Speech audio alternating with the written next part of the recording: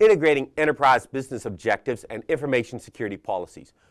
We have our goals in an organization. We have our objectives that we want to meet. To meet these objectives, though, we have to manage our processes. And the management comes from executive management. It goes to functional management, and it's expressed through policies. So to manage our objectives, we're going to have policies to make it possible to achieve these objectives. We've got 3 samples here. Business objective, traveling sales staff should have access to data stored at headquarters. I picture people out on the road. I want to make sure they can connect back in.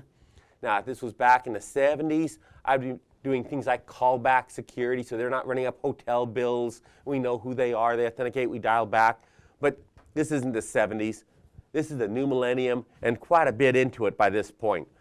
We've got better solutions. A VPN. VPNs are fantastic. Strong authentication, strong encryption.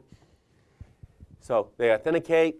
Their data goes across a public network. Very high speed, very low cost, no dial back issues, no wondering how much the phone bill is going to be from a hotel. This works. So secure data access via VPN. We have confidential and proprietary data needs to be protected against unauthorized access. Unauthorized access. Well, I can think of 2 great ways of doing it. Here, we're looking at authentication more than anything else.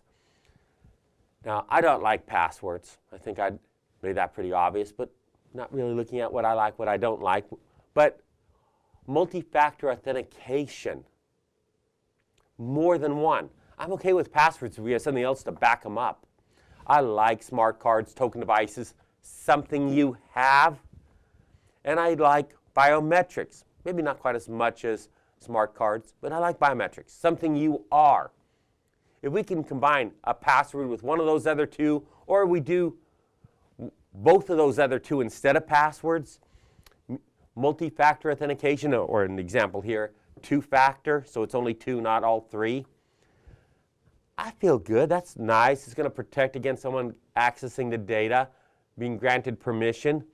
I'd probably throw in encryption as well, but that's just because I'm paranoid. And field workers must provide timely and accurate meter readings to streamline the billing process. Well, they're out in the field. It's saying they're going to use wireless access, probably wireless to their vehicle and then cellular back. But if they're going to come in wireless, what's to stop little Johnny Hacker in that street from connecting in and corrupting the data they have back at their vehicle as they go around reading the meters to a centralized access point they have?